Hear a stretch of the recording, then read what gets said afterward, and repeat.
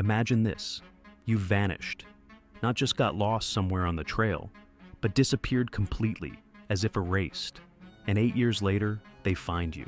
Not in a forest, not in a canyon, but deep underground, inside an old mine shaft, sealed shut from the inside. Two people sit side by side, their backs against the stone wall. At first glance, it looks as if they just fell asleep from exhaustion. But they're dead, and their legs are broken. This isn't a legend, and it's not a horror movie script. It's a true story. The story of Melinda and John, a couple from Washington whose short trip to the California desert became one of the darkest disappearances of the decade. Melinda and John were an ordinary American couple. She was 26, he was 28. Both worked office jobs. In early autumn of 2011, they packed their old Ford SUV with the usual travel kit: jugs of water, a gas burner, a tent, 2 sleeping bags, a first aid kit, a bag of food, a paper map of San Bernardino County, and John's office GPS. No helmets, no climbing gear. They were going to see the desert, not explore caves. At 9:47 a.m. on Friday, Melinda sent a short message to her sister. Heading into the Mojave Desert, turning off my phone. Back Sunday evening. Love you. That was the last message anyone ever received from her. Their plan was simple: spend the weekend together, explore the mysterious desert lands of California, camp out, and take some photos. What they didn't know was that the place they chose had a dark past, an area once filled with gold, ore, and mineral mines, now abandoned. All around, the desert hides countless forgotten tunnels and shafts. Sunday came and went. Monday began without them. Calls went straight to voicemail. At work, John never sent his usual, on the road, be there by 10. The landlady who lent Melinda a drill never got her call back. That's when their families raised the alarm. Police launched a search operation. By Wednesday morning, a helicopter was circling the northern edges of the Mojave Desert. Soon, volunteers joined in. News reports called it a classic desert disappearance. Even in autumn, desert heat can reach 40 degrees. Travelers often underestimate it, take too little water, and tragedy follows. At first, police had plenty of theories. They never reached the desert. They fought and drove off toward the coast. They chose to disappear and start over. But their bank accounts were silent. Credit cards untouched. That's not how people vanish when they plan to run away. On the 5th day, something changed. A helicopter scanning the mountains caught a glint. Sunlight reflected from a windshield. That's how they found the car. It stood on one of the most deserted dirt roads on the map, a road leading toward an abandoned gold mine. The car looked as if its owners had stepped away for just a moment. Doors unlocked, hazard lights blinking, an empty water bottle under the seat. In the glove box, John's phone, half charged, no calls made. On the passenger seat, a map marked with a circle around a faint dotted road. The GPS still on, showing a route. Red Creek Mine, closed. The fuel tank was bone dry. For investigators, there were far more questions than answers.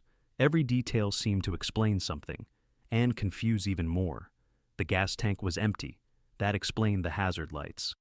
So they knew they were stuck and wanted to be seen. But then, why didn't they call 911? Maybe there was no signal in the valleys between the hills. Then why was the phone left in the glove box? Why were the tent, sleeping bags, and part of their food missing?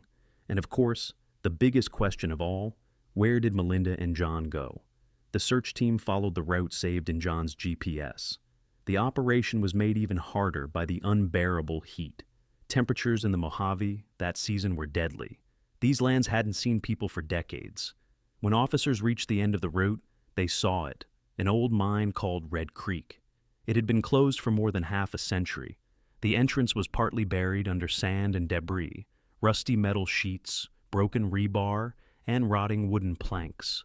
According to one of the rescuers, it looked like someone tried to seal the mine, but did it hastily, and not completely. As officers approached, they felt a cold draft and the heavy scent of rust. The air was thick and still, as if not a single breath of wind had escaped that place in years. They called out for Melinda and John, but only silence answered. The rescue service report stated they did not enter the mine. The risk of collapse was too high. The shaft wasn't listed on any official maps, which meant no one had inspected it for decades. A surface search of the area brought nothing. The sand was smooth. Any tracks could have vanished within hours under the wind. Rescuers placed temporary markers and returned to base. The next day, specialists in underground structures arrived, but they confirmed the same thing. Without heavy equipment, descent was impossible. Inside, there could be toxic gases or unstable voids. The entrance was photographed, coordinates logged, and marked as a potentially dangerous site. That discovery became the final line of the official investigation. A week later, the search was suspended. The case of Melinda and John was reclassified as missing persons, presumed dead from heat exposure. Local newspapers covered it briefly. A young couple from Washington State disappeared near the old Red Creek mines. Vehicle found, no bodies recovered. Preliminary cause, heat and dehydration. But not a single belonging was ever found. No clothing, no traces, nothing to support that version. Years passed. Their families, it seemed, had come to terms with the loss. The place where their car was found slowly disappeared under the sand. The road leading to the mine faded from maps. The case files gathered dust in the archives until the story was finally marked as cold. And then, 8 years later, the case came back to life. On October 25, 2019, two local men, Walter Stevens and his friend Jake Dillon, drove out to the area of the old Red Creek mines. They weren't explorers, and they weren't looking for trouble or fame. They were simply collecting scrap metal. Out there, you could still find plenty of old equipment, pipes, beams, the remains of mining carts, and a ton of metal brought decent money. Later, they told police they'd chosen the area by pure chance. Walter, who used to work in construction, remembered that somewhere nearby there was a closed mine reinforced with iron. He thought it was just old machinery. By the time they reached the site, the sun was already leaning toward the horizon. The air was dry and smelled of dust. The place looked lifeless. No tire marks, no trash, nothing disturbed. Everything seemed frozen in time. But as they walked closer, they saw something unexpected. The entrance, which years ago had been crudely blocked with debris, was now sealed shut with a thick metal sheet. Heavy stones, planks, and iron beams had been stacked on top, as if someone was trying to reinforce it. And it looked as if whoever did this wasn't trying to keep people out, but rather to keep something inside. In the sunlight, the welding seams glimmered faintly, not new, but not ancient either. Experts would later determine the welds were made around 2011 or 2012, 8 years before the discovery. Stevens recalled, "We figured it was just sealed to stop people from sneaking in, but it looks strange. Usually they fill these shafts with concrete. This one looked handmade, fast, rough, like someone was trying to trap something in there." For two scrap collectors, it was still a good find. The metal sheet weighed about 100 kilos, worth decent cash. They'd brought a gas cutter with them, hooked up the tank, and started working. It took almost 2 hours to cut through. By evening, the metal finally gave way. A rush of air burst from the hole, cold, heavy, smelling of dust, iron, and something else. Faint, but unsettling. The flashlight beam lit up the gray rocks, collapsed timbers, and then darkness.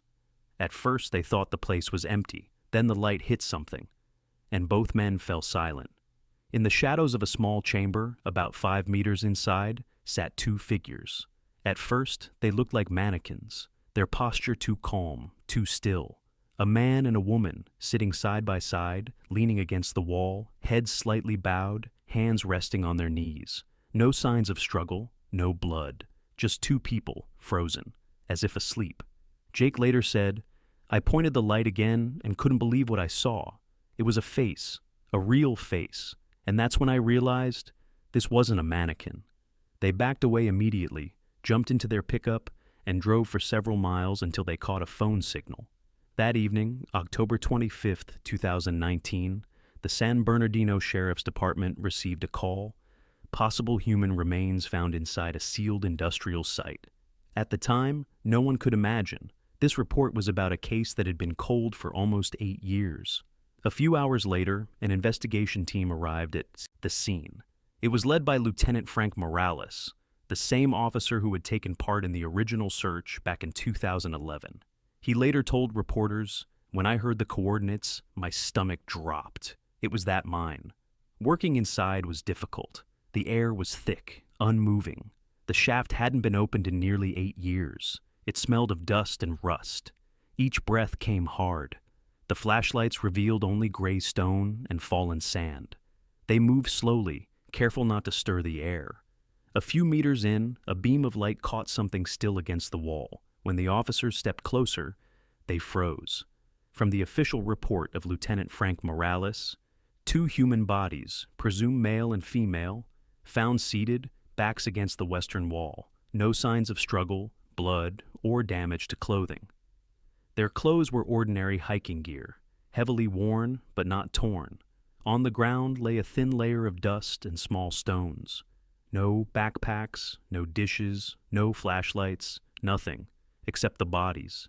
Experts quickly determined that natural mummification had occurred due to the extremely dry air. 2 weeks later, DNA analysis confirmed the identities: Melinda Jenkins and John Parker.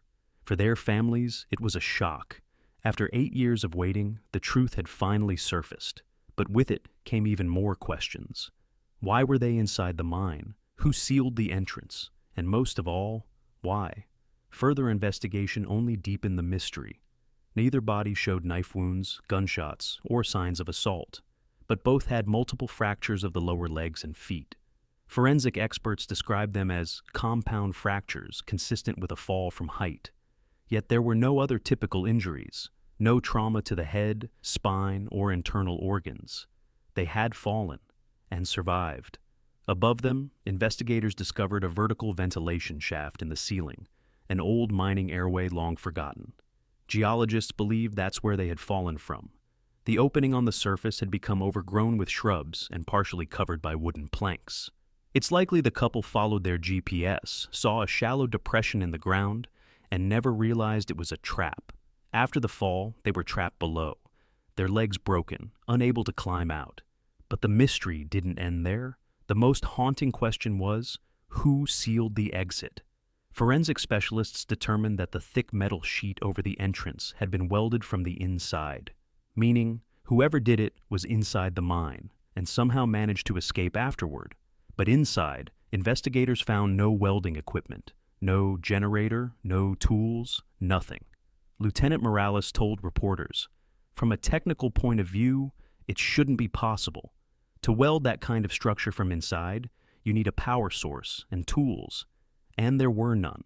Whoever did it must have known the mine, every shaft, every tunnel, every vent, and apparently they had their own way out." The investigation was reopened. Detectives searched through the Red Creek property archives and made an unexpected discovery. The land where the mine was located was still under long-term lease, registered to a private individual. His name was Alvin Crawford, a 63-year-old former mining engineer who lived alone on a ranch about 20 miles away. He had leased the land since the 1990s, officially for geological research. On paper, everything was legal. Neighbors described him as reclusive, irritable, and extremely protective of his property. One neighbor said, "He'd yell if anyone even got near his fence, said people were trespassing, acted like it was his personal land, not government territory." Police obtained a search warrant for his house and workshop.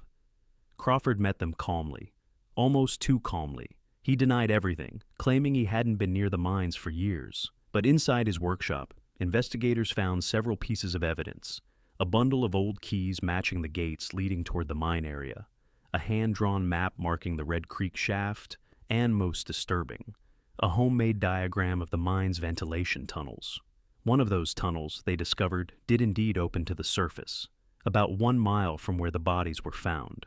Then it became clear the person who welded the entrance shut escaped through his own secret tunnel. On October 29, 2019, Alvin Crawford was arrested. During interrogation, he gave a partial confession. What he said shocked even investigators who had spent their entire careers dealing with death. He claimed that one day, in the fall of 2011, he heard screams coming from the mine. He went to check and saw 2 strangers. According to him, they had fallen into the shaft, were still alive, but badly hurt. Crawford said, "I didn't touch them. They got down there themselves. That was my land. I just sealed the entrance so no one else would come in." He insisted he hadn't wanted to kill anyone. He was only protecting his property. When the investigator asked if he understood that they were still alive, Crawford replied, "That's not my responsibility. They shouldn't have been there." Later, the court defined his actions as deliberate abandonment resulting in death. He was sentenced to 18 years in prison, but many who worked on the case said that the verdict still left too many questions. Why weld it from the inside, not outside? Why did their tent and food disappear? Why were there no belongings? Nothing but the bodies. No one could answer. Even years later, with every report signed and filed, one thought remained. Whoever sealed that mine knew exactly what they were doing. And maybe it wasn't their first time. After Crawford's arrest, the investigation stretched on for nearly 2 years. Detectives tried to reconstruct every minute of that day, to understand what he had done and why. But Crawford spoke little, and without emotion. His answers were flat, distant, as if none of it concerned him. He never raised his voice, never argued, never denied the obvious, but never expressed guilt either. His words sounded like a report, not a confession. "I closed the mine so no one would go there again," he said, or, "I was protecting my property. I had the right." Sometimes he added, "There was toxic gas anyway. They wouldn't have survived." Each time, his tone carried no trace of remorse. Court psychiatrists later wrote in their report, "Emotional coldness, complete absence of empathy, rationalization of actions despite full awareness of their consequences." In other words, he knew exactly what he was doing, but didn't consider it wrong. Investigators reconstructed the timeline almost to the minute. Melinda and John's GPS showed movement until 11:56 a.m., the moment they reached the mine. Analysis of oxidation on the welds showed they had been made the same day between 12d and 2 p.m. That meant Crawford came there almost immediately. He heard them. He saw they were alive, and still left to bring his welding gear. During one interrogation, he suddenly said something that stunned everyone in the room. "I stood at the edge and looked down. They were screaming that they were hurt. I told them not to move. It would only get worse. Then I left. A few hours later, it got quiet. I knew it was over." When the investigator asked why he came back to seal the entrance, Crawford replied, "So no one would find them.